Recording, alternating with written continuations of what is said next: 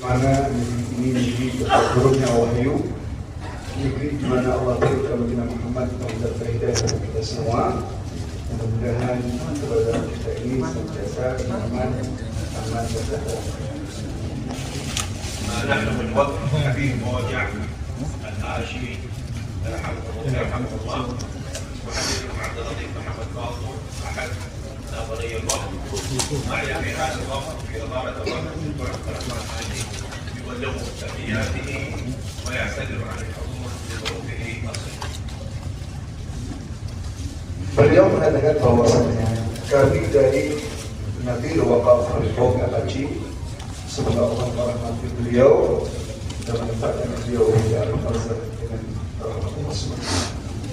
Menyampaikan pula salam dari salah sahabat beliau yang bernama Syekh Abdul Rahman Haji, salah seorang Nabil Waqaf juga bersama